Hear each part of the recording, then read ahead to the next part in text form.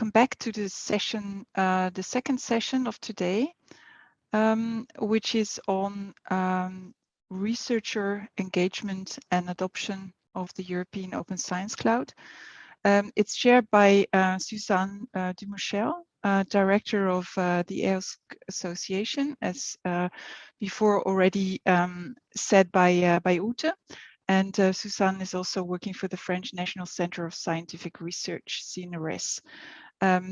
Suzanne, please, the screen is yours, as Jana said so nice before, for the second session of today. Thank you very much, Miriam. Yes, it is indeed my pleasure to welcome you to this second session about the EOSC researcher engagement and adoption. In this session, you'll see that we will not only discuss how to engage with the researcher, but also we will address specifically the young researcher, which is maybe something we are not really used to do yet. So as you know, a lot of investment have been made for the building of the EOSC, especially on the governance and technical aspect, because we have to start somewhere. And even if this work is not finished and there are still a lot of things to be done, time is now to put more effort on the end users and especially the researchers. How engaging with them, how to answer to their needs and supporting them to do better science, how to make them aware of the open science practices and trained, of course. These are the kind of questions the session will address, and I really hope, it will raise a couple of comments and questions from the audience, especially to have a kind of lively event despite the online form. I'm very grateful to ESFRI to have organized this kind of workshop, as the topic is perfectly aligned with the EOSC Association objective. I'd like to thank in particular Miriam and Fotis for their deep work. We know the engagement of end user will take time, and it's highly important to organize the process collectively to reach this goal. Very diverse stakeholders are engaged: university, research infrastructure and ESFRIs, research performing organization, but also all the organizations that are part and involved in specific EOSC project. And one of the goals of the EOSC Association is to facilitate the knowledge and the discussion among all these actors, especially to build a common strategy. So now let's start. So I just would like to ask to our speakers to respect strictly the time for the presentation, as the schedule, the workshop is a bit tight. And to the audience, I'd like to recommend you and to encourage you to use the Zoom Q&A for addressing any kind of comments or question that we can use for the panel at the end of the different presentation. And now it's my pleasure to welcome Sverker Holmgren from the Chalmers University of Technology. Sverker is also the chair of the Task Force Researcher Engagement and Adoption that Ute presented you in the previous session. So Sverker, I will continue like Jana and Miriam, and by saying that the screen is yours. Thank you very much, Suzanne. And I will share a presentation. So as Suzanne said, I'm chairing the EOSC Task Force on Researcher Engagement and Association, and I'm also a member of the ESFRI Task Force on the European Open Science Cloud. And what I will do today is to very briefly describe the goals of our task force and say a little bit about how we organize the work and what are sort of the main concepts that we are looking into. So the concept of the task forces in the European Open Science Cloud Association have been covered already by Ute, but just to remind you that there are 13 task forces that are part of the EOSC Association structures. And the idea here is really to allow the members of the association and others to help steer the implementation of EOSC. And of course, in that process, we have to, or we are doing a liaison with the EOSC projects and together identify strategic gaps and areas that we could look into the advice on the SRIA updates, etc. So our task force then, it is presented on the EOSC website. We have three co-chairs. It's Franziska de Jong, it's me, and it's Kathleen Winkler. In essence, representing ESFRI cluster, me then from a research performing organization, and Kathleen coming from a research funder. There are 38 members. It's a broad span of competencies and a broad span of affiliations. And of course, we need that to be able to do our work. We are still setting up we're still in the initial phase of setting up the work, and we are sort of defining the procedures and subgroups, etc. And I'll come back to that in a moment. The main task right now then is to provide input towards the update of the multi-annual roadmap, as was mentioned already in the earlier session. And that's a process that will now proceed very quickly. Of course, we are then the task force for researcher engagement and adoption, and we feel that we are very important in this system. Maybe actually the most important task force in the setting, because we are supposed to bring in the engagement of researchers into the EOSC association to our work. Why is this task force really here? Well, if you look in the EOSC RIA under the section guiding principles, so really the real aim of EOSC, the overarching principle is that research has to be at the center of the EOSC initiative, and engagement with research communities is fundamental to understand their requirements and ensure that the way in EOSC operates and the way services are offered are of use and of value to researchers. So this is the setting where we are working in the task force. From the charter that was then adopted by the EOSC Association, so the task force charter, it is said that we should engage with research communities in order to increase their participation. And this is where the sort of span of different activities and different perspectives then comes into our task force. So we have disciplinary research, of course, and we have interdisciplinary research. We have achievements of ESFRIs and the thematic services at the European level. And at the same time, we have also national initiatives, national activities on open science, and research performing organizations, which is about half of the members of the EOSC Association.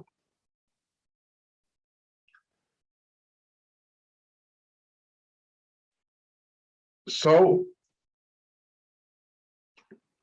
the basis for the work in our task force then is that we look at researchers as both users of the EOSC services and providers of digital objects to the EOSC.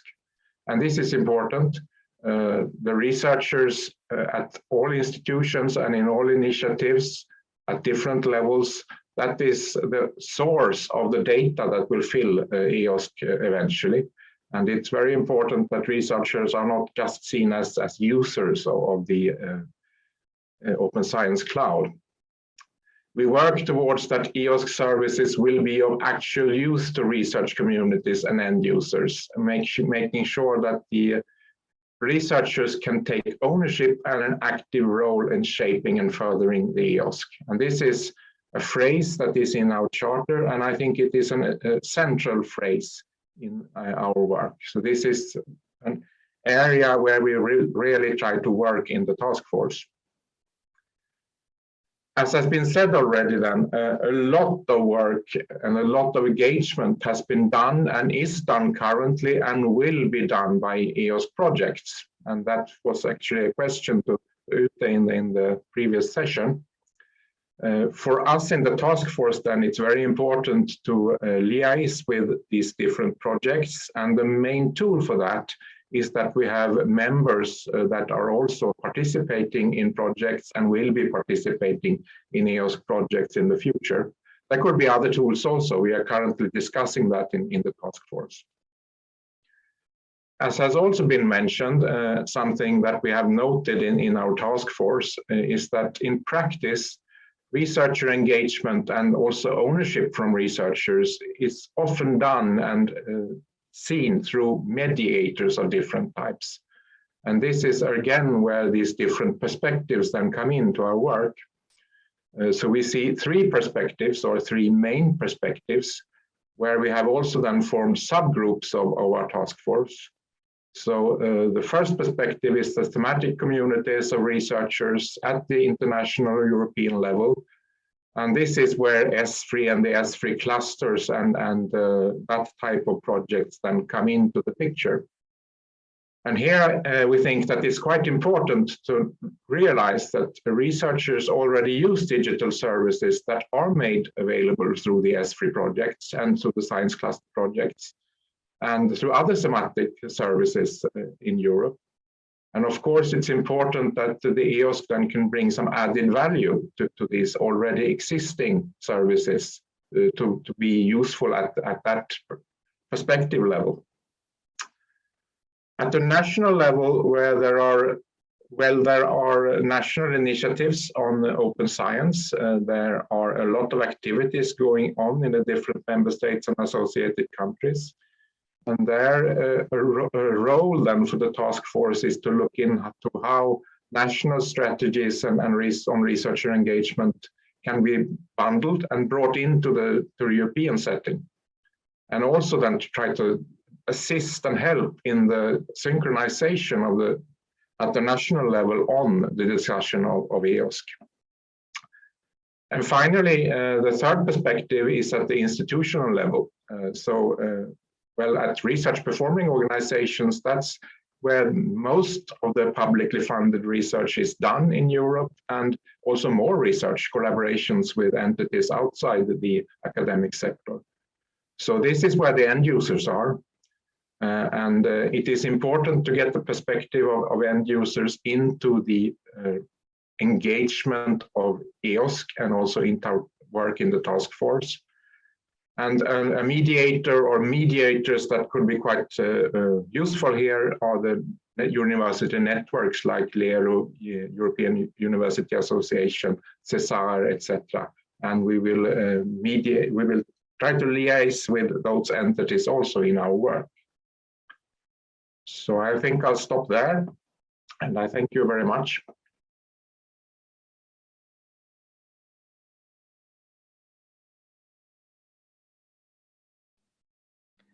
Thank you very much, Sverker. Thank you for this very nice presentation. It raised a couple of questions from my side, but I think we will wait for the other presentation in order to start a common discussion. So now I'd like to invite Zoe Cournia from the Biomedical Research Foundation, Academy of Athens.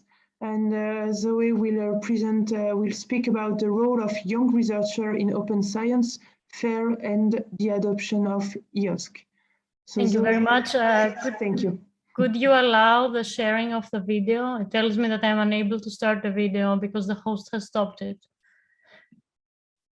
Okay, great. Thank you so much. So thanks a lot for the invitation. Also for me, it's a great pleasure to be here in this workshop and share with you my experiences and the role of young researchers in open science, FAIR, and the adoption of EOSC. So I'm a senior researcher at the Biomedical Research Foundation of the Academy of Athens. And also I'm a founder of a startup called Ingredio. And I'm also implicated in EOSC as a life sciences scientific community leader in the EOSC project NIFOS Europe. And also I'm an EOSC promoter within that project. So my academic research is focused on personalized medicine, where we work on discovering new bioactive compounds targeting cancer. And this is a discipline where we generally study the dynamics of pharmaceutical targets using high-performance computing, which generates terabytes of data. And using those, we can later discover compounds that can be considered in drug discovery. So this is just an example of a discipline that generates terabytes of data that hopefully is not available just only to my lab, but to the wider scientific community.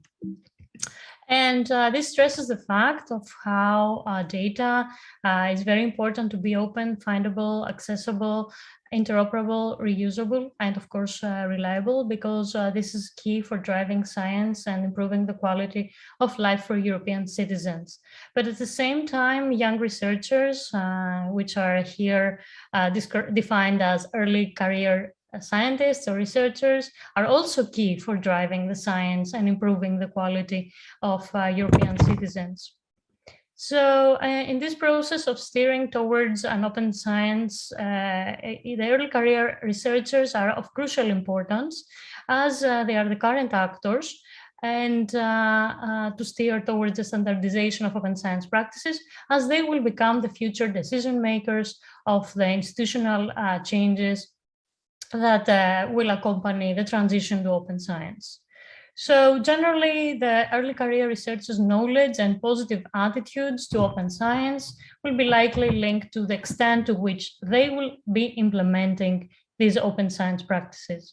And typically, the young and early career researchers and professionals are less entrenched into their methods and workflows than more senior scientists.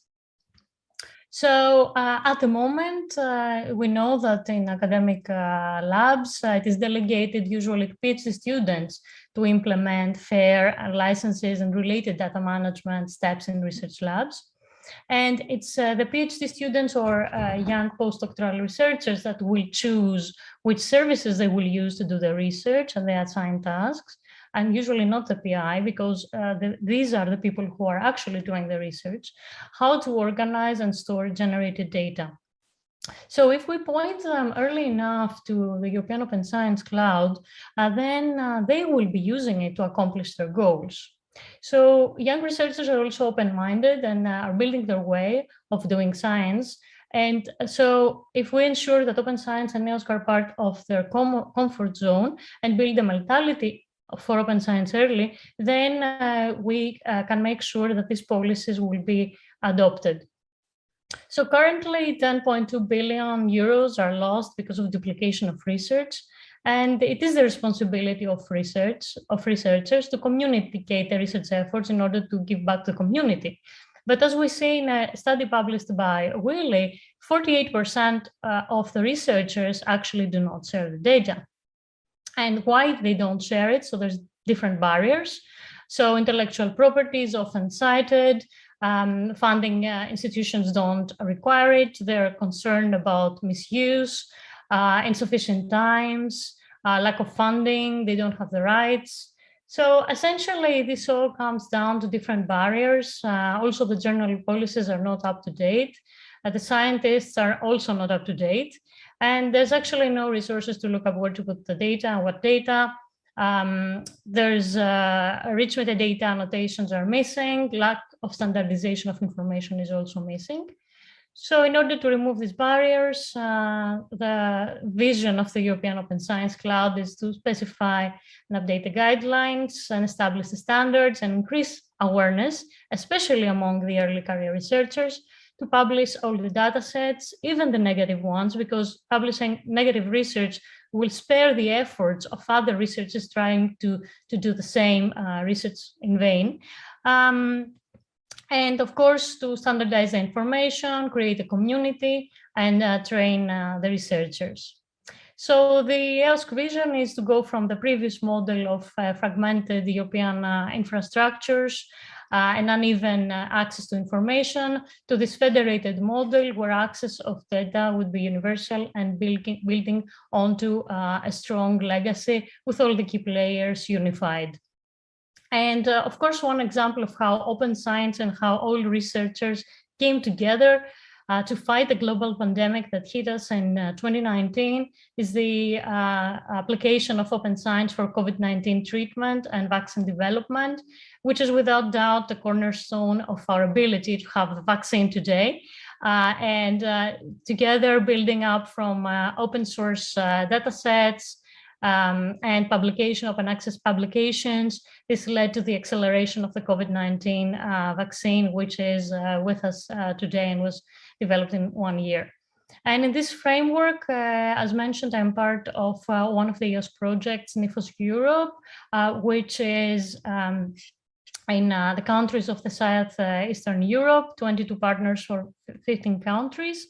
And of course, also in this project, we are deeply committed to supporting the development and inclusion of the European Open Science Cloud in these countries, and also spreading the EOSC FAIR principles, research data management principles, and especially with an eye on early career researchers, and providing technical and policy support of the existing and future service providers into EOSC. And future is here in italics because these are the early career researchers. So early career researchers can be the stakeholders of EOSC as users, as service providers, as promoters of open science, and as we also heard, shaping new era policies.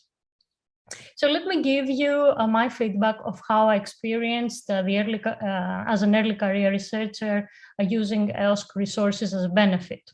So first of all, the open data is an excellent opportunity for early career researchers who we don't have the funding or the network to generate our own data. So we can use existing data to analyze and produce novel open innovations.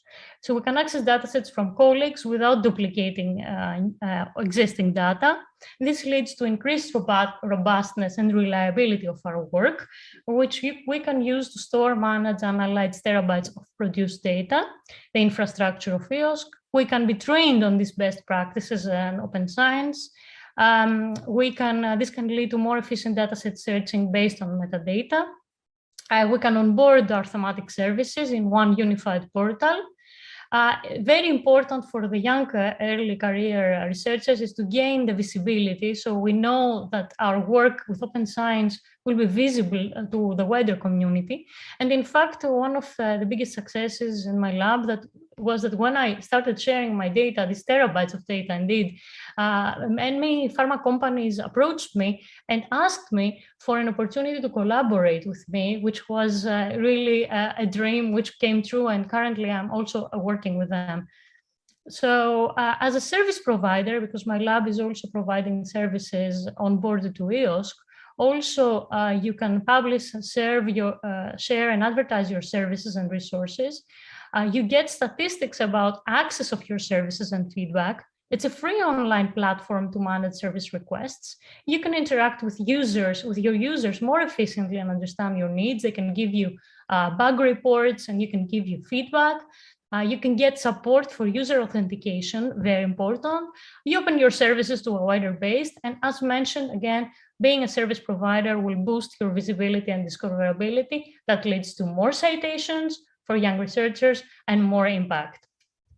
So you can increase the computational power of your lab. And this is just an example of our onboarded services.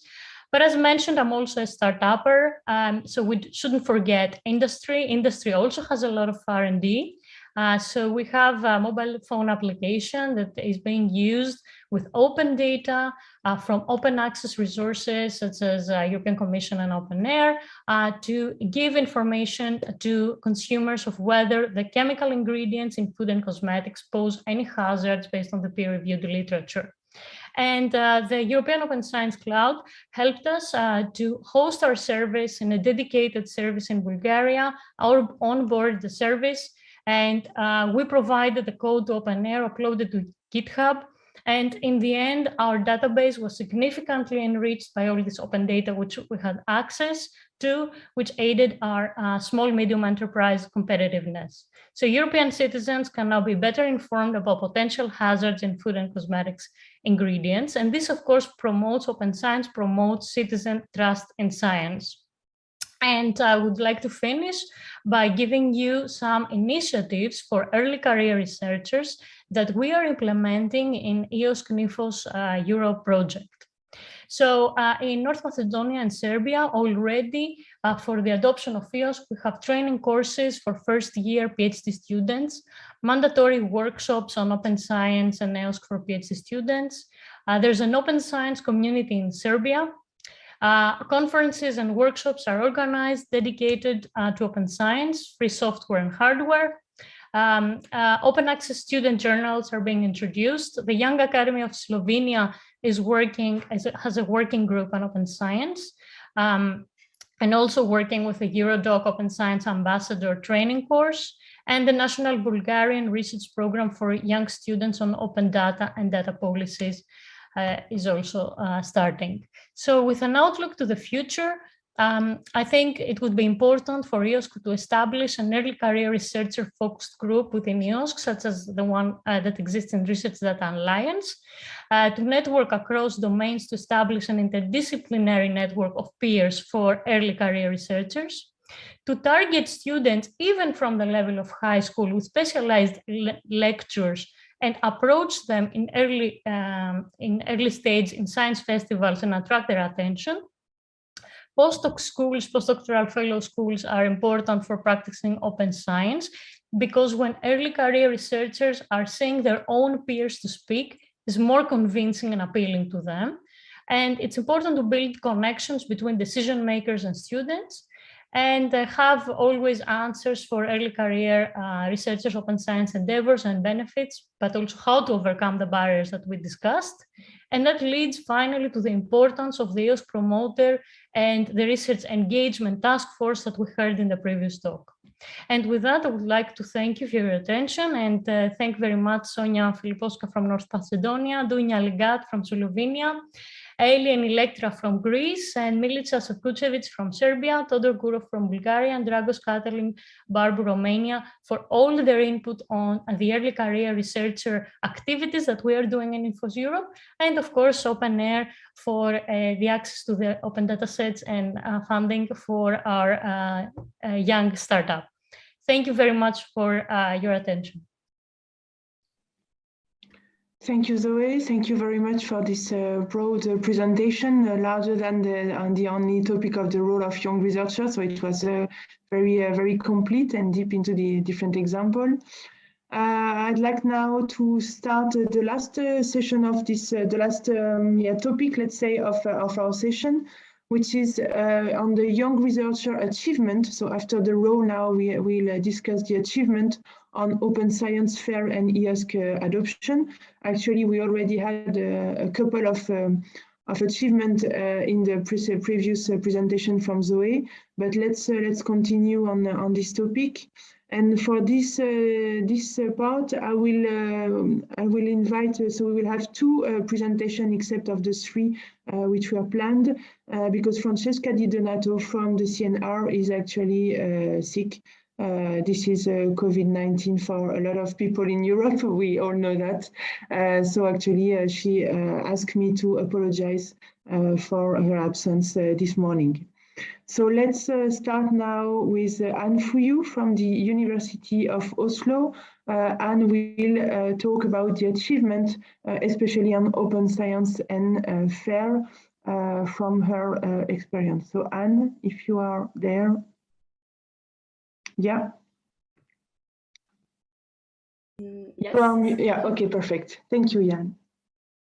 Thank you. You can hear me? Yes? Yeah. So I will start from, I mean, this it's not a slide, so I have chosen to make a demo. It's a bit risky, but I'm part of the Reliance project, and in the Reliance project, we really try to implement fair and open science in practice. So I will start from the Open Air Explorer, and I will start searching for Copernicus air quality, which is what I'm interested in. And what do I expect to get from Open Air?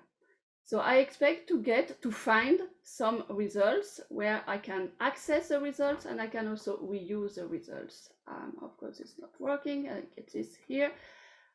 So I find many resources, including scientific papers, but this is not what I'm interested in. We can also have research data, software, and other research products. If I select a research software, I will find one resource, which is interesting to me, which is a software using CAM's European Air Quality Analysis from the Copernicus Atmosphere Monitoring Service. And this is done within the Reliance project. This software has been published by Simone. We are working together in the Reliance project, and it has a digital object identifier. So when I click on this resource, because it's a software, I expect to have a bit more metadata, because I need to know where to run this software and how to run it. So it has as a metadata, it's an EOSC Jupyter notebook. So because it's a EOSC Jupyter notebook, I see here on the right-hand side, it is associated to a EOSC service, and it is associated to the EGI notebook, which is a EOS service. When I click on this, I can access to the service, and of course, it's a EOS service, and for any EOS services, you need to request access to the resource before being able to use it. Of course, I have done it before because it takes a bit of time, and then I get access to this EGI notebook. It's a Jupyter Lab. I'm very familiar with it. This is what I use on a daily basis. And I had to upload the resource I got from the OpenAir because it's not done automatically yet. But what do I expect here? I expect to be able to rerun this resource. So I can restart kernel and run all the send from start. And I expect this resource to rerun exactly what I had published or what Simone published and to produce the same results, so reproducible. If we look at the notebook here, it says using CAMS European Air Quality Analysis, which means we are using data. So we cannot have the data in the notebook, and the data is not, maybe it is accessible from the OpenAir as research data, but we need to access it remotely from the Jupyter notebook. So for this reason here, we are using the ADAM platform. So this is another EOS service. ADAM is an Advanced Geospatial Data Management Platform. And here we have data cubes, and we have data cube for CAMS European Air Quality Analysis. And for this reason, I need to authenticate to this service. This is why we have authentication. And then I will access, so I will be able to discover the data set, the products, finally to access the data for my analysis and my visualization. So without going into details, one thing which is very important when you share your notebook or any software, it needs to be very well documented. So best software practices is a must, and this is not something we are very familiar with. So here is getting access to particle matter for particles smaller than 10 micrometers, and this is the European CAMS surface data. It will do some analysis. It will get data from a specific geographical region, which is here the Italian peninsula. And finally, after doing some analysis, it will make a plot. So I go quickly because we don't have much time. And this is usually what you have in your paper. You only get this final and nice plot. Here we are sharing the entire process for getting the data until creating the final figures.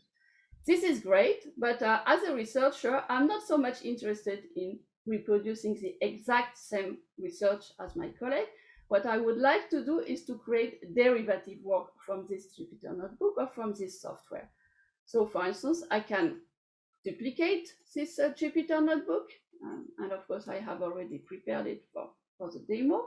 And I would like, for instance, to apply the same kind of analysis, but for another geographical region, for instance, for France. And I may want later to analyze different variables and particle matter. So I need to make sure this Jupyter notebook or my software is customizable and easy to understand for everyone. We also need here, we wanted to bring the open science aspect as we start the project. So before we published the Jupyter notebook at the end and it had a DOI, it's great, but now we would like to do it from the very beginning. So for this reason, we added 2 steps. So the rest is exactly identical, but we added a data management part and we created a research object to share the work as we are working now, not when we are publishing it. So why do we need to have this data management part? I mean, it's like when we are writing a paper. In our lab, we are using Overleaf to write papers, and this is super efficient because everyone is working together on the same paper, and we know who is doing what, and we can see all the advancement from others. It's exactly the same here. We need to have some convention on how to organize, as we do when we write a paper. So here we have decided, okay, at the end, we will have a fair digital object, and it will be an executable research object. So we need to decide initially on the license, and we have chosen to choose an MIT license, which is very generic and reusable by many people. Then we need to organize the data, because the data cannot be in this Jupyter notebook. It cannot be on my local laptop or on a local disk. It needs to be somewhere which is accessible by others, because I want to be open. For this reason, we are using another service, which is the Egi Data Hub. So the Egi Data Hub is a service from Egi where you can have storage that you can share with everyone. So this is very useful. And we also decide on how to organize the folders. I mean, very practically, we said, okay, we need to have an input folder, because when we share, everyone needs to know that in the input folder, we will have everything related to the input. Then in the output folder, we will have everything related to the output, so what we generate as end product. And in the tool folder, we will put all the software and the tools we are using, for instance, this Jupyter notebook. The rest is identical. We haven't changed anything yet, because we are just starting, and we'll discover the same data set, and I'll go quickly. At the end, we will have a final picture, which is the same figure as before, but over France. And the next step, because we want to share now and not when we publish, we are creating a research object. And this is the last step. So for this step, we also need to use another EOS service, which is a Raw Hub service. I will show you in a minute. And what we need, as usual, we need to be able to access this service from this Jupyter notebook. So we need to authenticate inside the notebook. And we decide to create a new executable research object, because we want to have as a main object this Jupyter notebook. But we will also aggregate all the resources we are using and we are creating. So what we have in the input folder, and when we have what we have in the output and in the tool folder. So what does it look like? Here, this is a research object hub, this Raw Hub platform, which is a service from Reliance. I have shared something which is public, so I don't need to sign in. If I explore here, I should be able to find my Jupyter notebook and my digital research object. Let's hope it's not too far away. Yes, this is this one. It's a live research object, so it means it will evolve and it will be updated as we are still working on it. It's an executable research object and it's public. If I look at it here, I ask for more, I can get an overview of this digital research object. It has a lot of information, and it has additional metadata, because in the Raw Hub, there is a third service as part of the Reliance project, which is a metadata enrichment service. So new metadata have been discovered. This is why it's very important to annotate and to add as many information in the Jupyter notebook. And this is added automatically. And hopefully it will increase the findability and the reusability of my FAIR digital object. And here I don't only have this tool, so this Jupyter notebook, which can be linked to my GitHub repository. It really has everything I'm using, like the inputs and the outputs.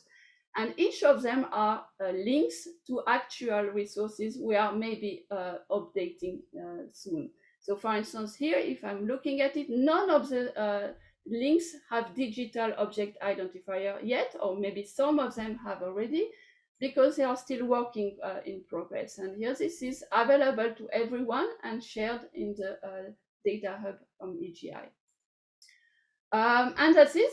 This is the end of my presentation, and this is also the end of my demo. What I wanted to, as a final step, is to show you this is already citable, and I can already share it. It has everything I need when I will publish it. So I'm already ready, nearly, which is really facilitating my work.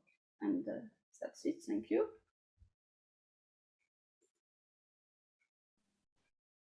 Thank you very much, Anne, for this very concrete presentation of some achievement on open science. It was especially very interesting to see how in the Reliance project you are using different kind of tools coming from different infrastructure, and how all together they support you and they help you in in achieving the objectives that you are. We have some questions from the audience, but we will wait for the last presentation before starting to discuss and to answer them. So I'd like to introduce now Petr Čermák from the Czech Charles University. and Material Growth and Measurement Laboratory. And he will present us some another achievement on open science and FAIR. Peter, please, the screen is yours.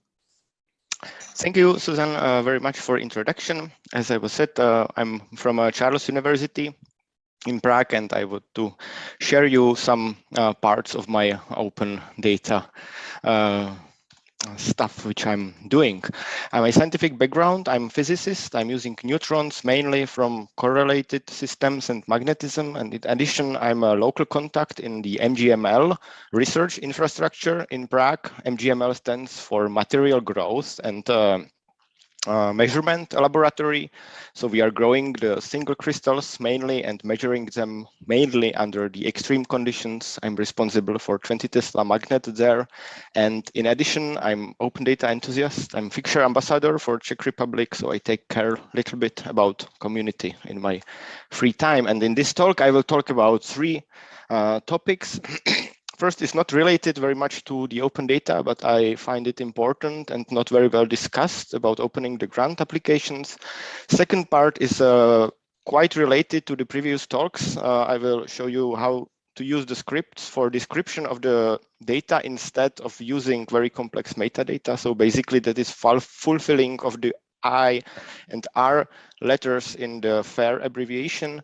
And at the end, I will maybe try to convince you that we need more than just FAIR and to work. There should be maybe another letter in this abbreviation. Let's start with the grant applications. You are aware that there is a lot of money coming from public sources to our research via the grant applications. And this is very, one of the most famous call is ERC calls. And in 2020, there were over 3,000 ERC starting grant proposals. 400 were successful. This is probably one most prestigious European grant for young scientists. And I was interested how many of these grant applications are somewhere published, are open, because normally this is treated confidentially. And I found 5 of them. One is on Zenodo and 4 on Figshare. And this is like amazing, like just, and this is for all years, not for this year. So just in 1 year, there is 3,000 of ERC publications. Just 5 of them are published, and like 3 successful and also 2 unsuccessful ERC publications, including mine. So, and I want to convince you that it's important to publish these things. And I have 3 reasons why it's important and why it is useful for you also. And first reason is dissemination of your research. Look at the metrics of these published ERC applications. So this from Sylvain Deville, this is probably the most known ERC starting grant proposal. There is over 8,000 downloads. Like this is more than majority of Nature Science, Nature Communication publications. Normally, your publications has not such a big amount of downloads. And also the others which came like much later, so therefore the downloads are lower. What is interesting that my unsuccessful, so basically this could be, or some crap, actually it was later successful in some national call, but anyway, this was not successful, and it has still 200 downloads, which is more than a lot of my published papers in quite known journals. Another point why it is important to state is basically pre-registration of your research. By claiming and publishing your grant applications, you are telling the other scientific community, look, I will do this, and someone can then figure it out and say, oh, I already did that, or oh, I want to do that as well, maybe we can cooperate. So this is helping, and this is speeding up the process of science. And honestly, I don't understand why people are still, let's say, shy or worried about publishing the grant applications. And the most important point is, for me at least, the public control. So the money are coming from public sources, and the public needs to know how the money are spent. This is €1 million on every ERC grant. And what is published is, okay, some results and then the abstract, but you have no idea how the money were spent. And this is, of course, written in the grant application. But now let's finish up the grant applications and let's focus on the data. Example here are the data from our laboratory. This is our custom setup of thermal transport measurement. And even if you are familiar with thermal transport, you have no idea what these numbers mean. What is U1 and U2? This is some voltage, but you have no idea where. And what will you do in the past? Because like these data are clearly not fair. They could be findable and accessible if I will upload them to the internet, but they will not be interoperable, obviously, and for sure they are not reusable. They are even not usable because you have no idea what is there. And in the past, you will just publish the paper and you will not publish the data, then no one cares, but the results will be there. And maybe the referee should care about the data, maybe. What now the journals will force you, that they will force you that you should publish also this raw data, and you will put them to the supplement of the paper. But it's like meaningless if you have no idea how to get the results from the data. And this is like impossible without proper description. And what some people are trying is to introduce some international well-known formats, which will be used, for example, for thermal transport measurement. But this is simply like almost impossible, and it's quite clear that after 5 years, someone will have idea, oh, there needs to be another column for additional property, or I don't know. So this is very difficult task, and this takes a lot of manpower. But I want to convince you and show you that you can do the same, and actually in better and much easier way, just by publishing the scripts. And this is the way what was also in the previous presentation showed. And the script is the principle, very simple, because the point is that you anyway need to treat the data somehow. So if you will already use your scripts for treating the data and then generating the figures for your paper, so this is here in this example, last 3 lines of the code, then what you need to add is some just automatic download from some service somewhere. Actually, this service should be opened without any password, because this will just create then complications in the future. And if you will do that, so this is just, if it's done correctly, the service, of course, this service doesn't exist, but if this will exist and will be just easy and really open, that no authentication is there, then it will be almost ready. And I will show you that to really do fair data from this script is a matter of minutes. So you already have these 3 points. You download the data, treat the data, and generate images. You need to do it anyway. But if you will do it with the script, what is missing, you will add just one more file to your Python notebook, for example. And in case of Python, it's requirements.txt. And this basically states which versions of libraries are you using. This is very important for the future, because if you will do that, even after 500 years, people will be able to run your script on some virtual machine.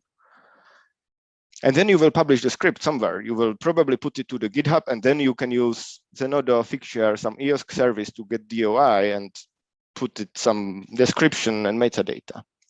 But if you will do that, there is one simple way already, which is perfect. And this is a binder service, and everyone can use it. You will just put the address of your GitHub repository there, and it will look for this requirements.txt. It will create a virtual machine, install all the requirements, and then it will rerun the scripts the same way as you have seen before. And there are for sure other services doing the same. But the point is, you can do it from your mobile phone, and you don't need any big computer, and you can re-evaluate it, all the raw data, to the final publication. And this is a very fast process. I'm teaching that to the students on the workshop. We did that in the mini school workshop 2 years ago. And here, if you will look at these links, we published basically the paper from the raw data in a few hours. So this is how it is simple and fast. So this is the way how it should look like. There should be a published paper which is citing the scripts and the data and the raw data, and the script is downloading the raw data and generating figures basically for the paper and results, maybe some tables, I don't know. But here is one important point. You should not upload this raw data on the internet, because then they are not trustworthy. So this part should be done by research infrastructure, and that's the message what I want to tell you, that this should be automatized process, because if the research infrastructure is do it automatically, then all the data will be published, which is important. So maybe I measured 2 samples. One was interesting, I published it, and second sample is not yet interesting for me, but I published it in the same data format. And if it will be published by research infrastructure, people will find it easily because it's together with the data before, and then they can rerun the scripts that they will understand the data because they are described by my script before. And another important point that by doing that, by the research infrastructure, the data will be not modified. And this is important because what people could do, I'm not saying they are doing it, but what they could do, you can delete, for example, some wrong points from your raw data and then put it somewhere to the cloud and say, oh, this is the raw data, but they can be modified. Here, what could be done, and I think this could be also done by EOSC, for example, that there could be some certifications for research infrastructures, some badge on their website claiming, look, we are producing trustworthy data. So there are some inner processes, how it goes directly from the instrument to the cloud, and the user measuring on our facility is not able to change the raw data. And this is then enough. And then the research infrastructures specifically should educate the users to use the scripts. And if the people will use the scripts and publish the scripts, in principle, we don't need complex data formats, and everyone can use different data formats because this will be always an issue. So we don't need some very complex standardization of the metadata. So let's come to the end. I hope I convinced you that you should publish your grant applications, even unsuccessful. Also, you can publish it actually with the evaluation report, which I did. I think I'm the only one who did that. You should use the scripts, definitely. That's no way. And if you are a research infrastructures, please provide trustworthy data for your users. My presentation is, as always, available on Figshare for download and reuse. And with this, I thank you for your attention.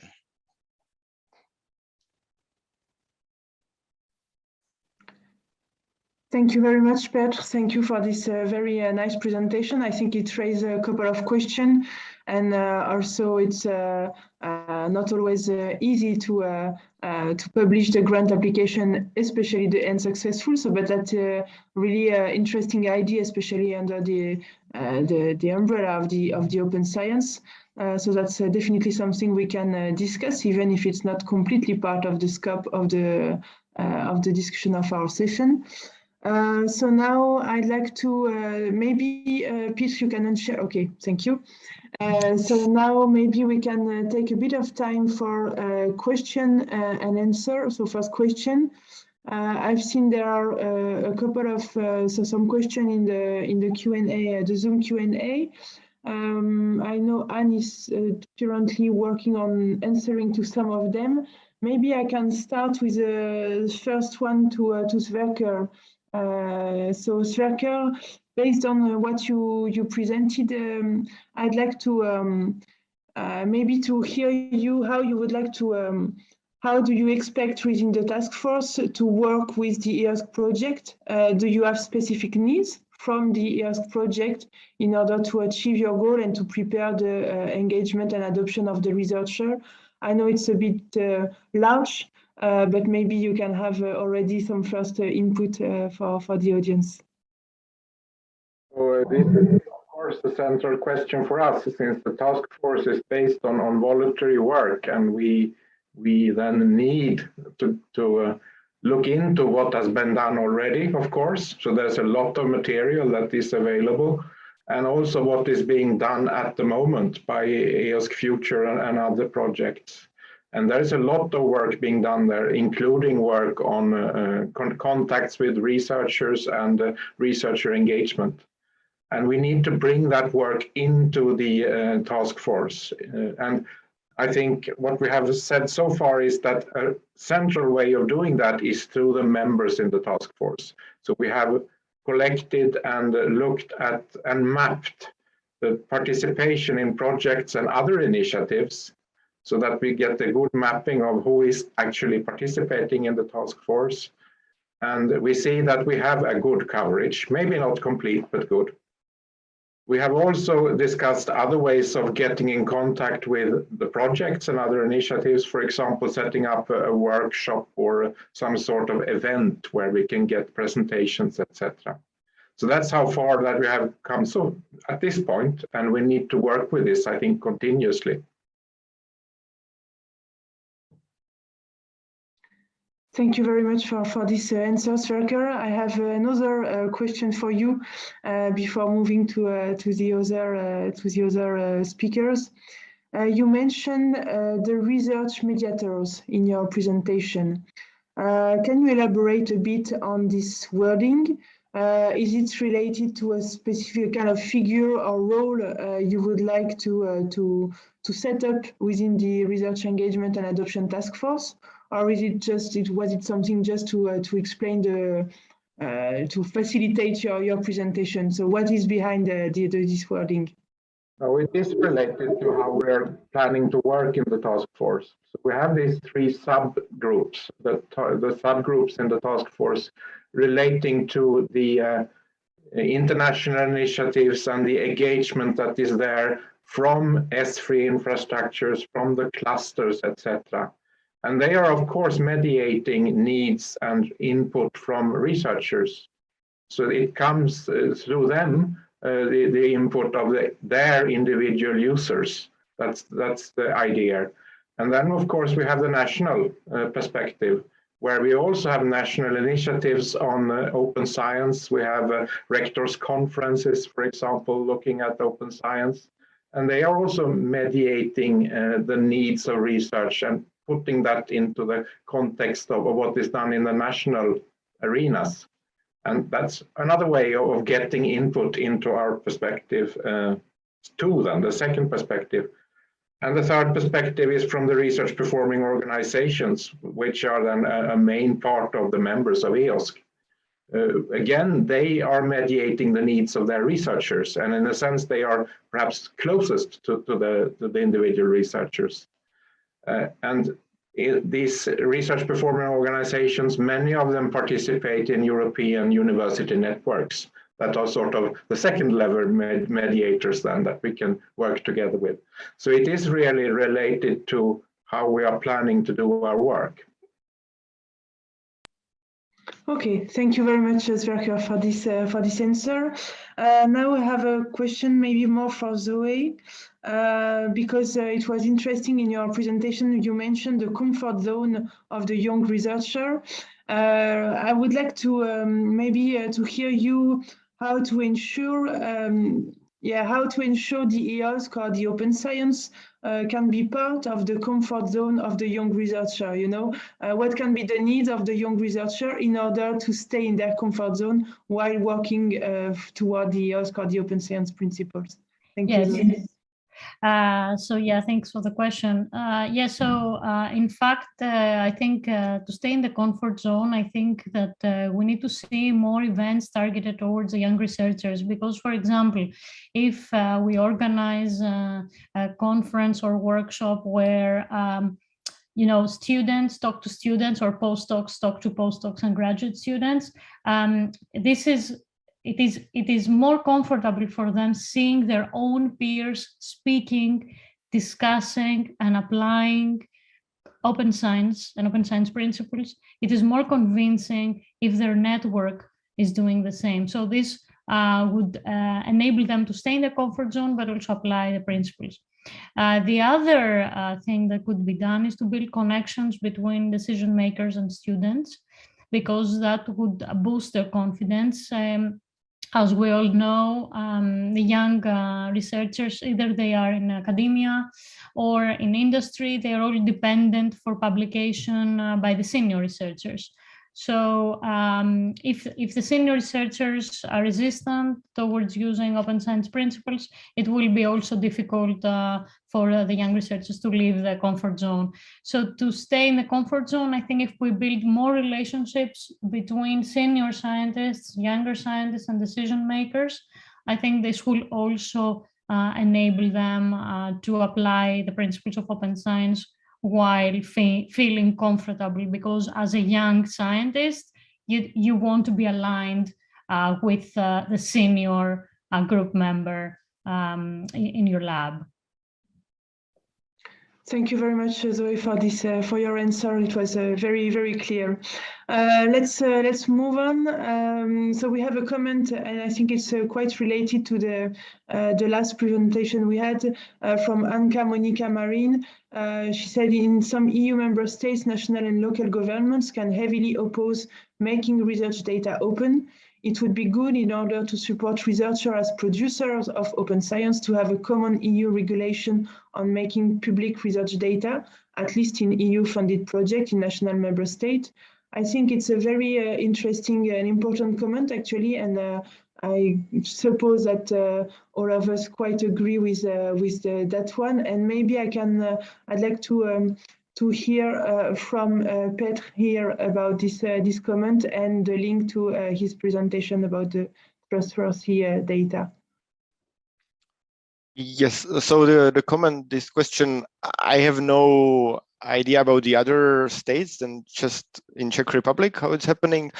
I think there will be some significant amount of money coming in the upcoming Horizon projects into the open science, and I know that there are initiatives. If it's not already happening, it will be happening in the future, and basically in the member states of EU, the people are doing the similar thing as EOSC is doing on the whole European level.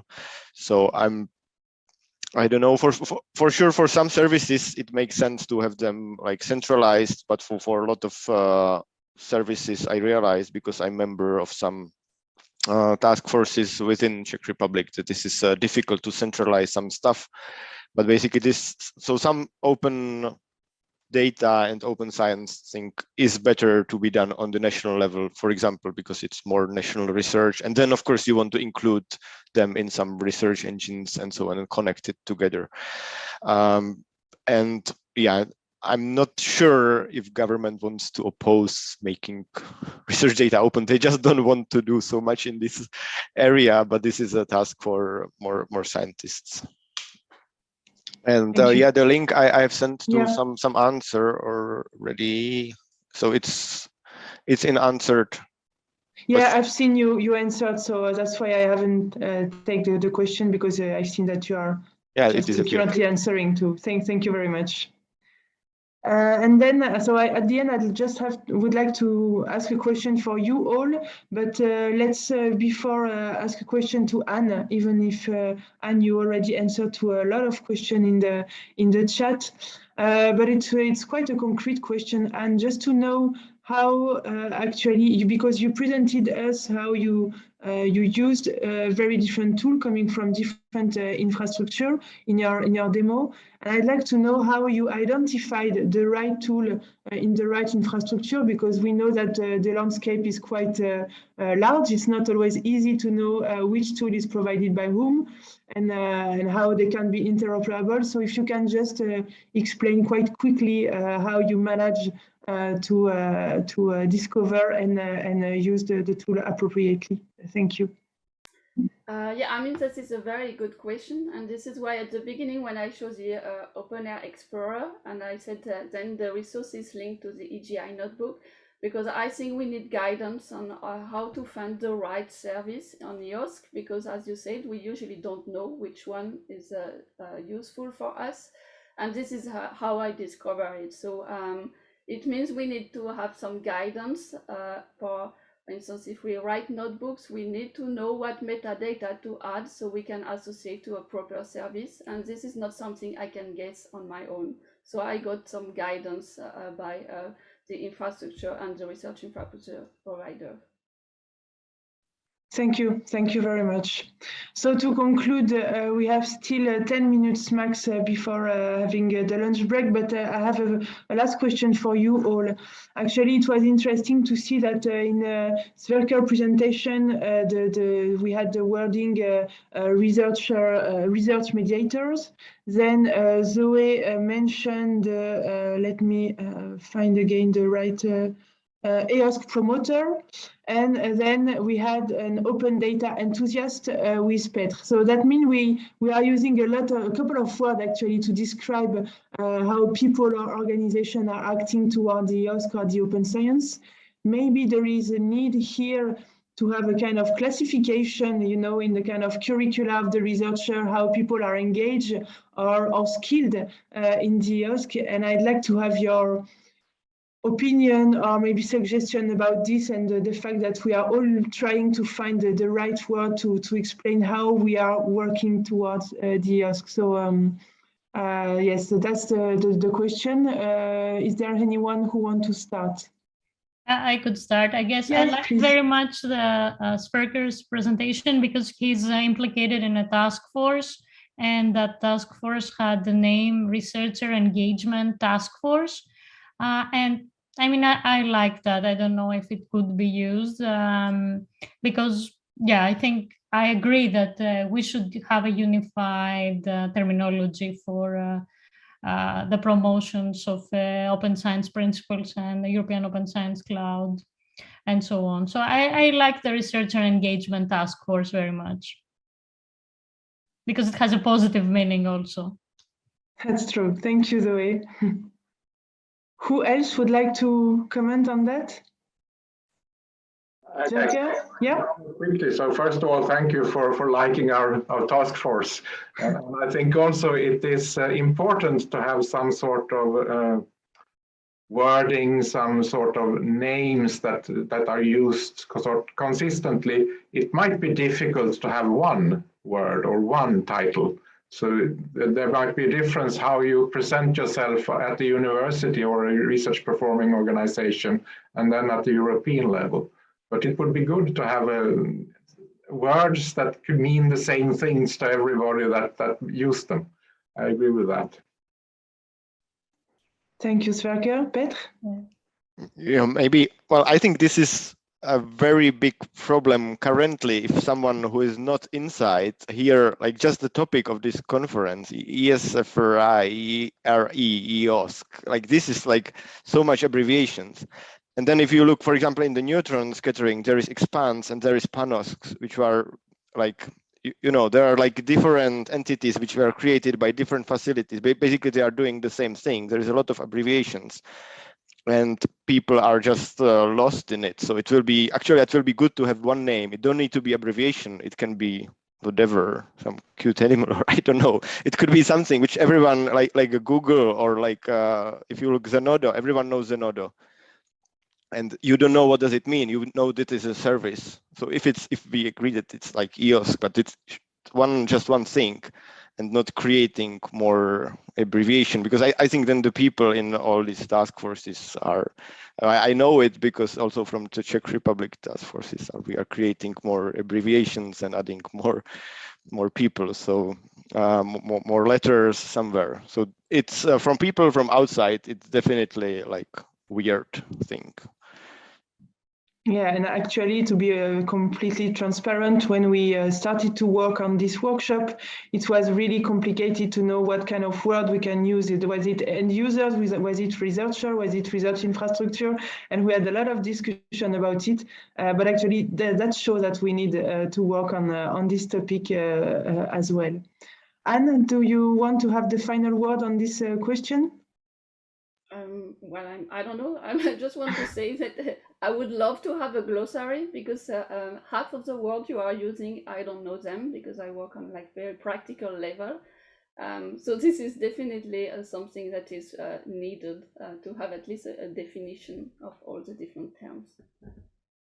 And maybe above all, I think it is important that we all recognize the importance of spreading the open science principles, even from a young age, even from high schools. I think this is important to build on the mentality. Yeah, this is why speaking about either mentorship or promoter or enthusiast can be a kind of scale of how people are engaged or devoted or interested only in EOSC. So it can be something interesting even for the curricula task force that we have in the EOSC association. Okay, thank you very much. Thank you for the interesting presentation and for the discussion we had. I hope it answered to a couple of questions from the audience. And now I'd like to give the floor back to Miriam. So thank you very much. Thank you very much, Suzanne. We are at the end of the session of this morning. And we'll have a lunch break now. And the lunch break, so we will reconvene here at 1 o'clock. And I would like to thank all the speakers and the chairs and the panelists for the lively discussions. Also thank the audience for the interesting questions. And the last discussion point was indeed, as Suzanne already said, something that we discussed very much in the program committee. So also asking the speakers to not use too many acronyms, because otherwise the whole thing is not understandable. And I agree, we have to work on that. And further, I'm very impressed by the examples that were shown by the young researchers of using EOSC and ideas to use EOSC in the future. So that's great. So I all wish you a nice lunch break and see you back at 1 o'clock. Thank you.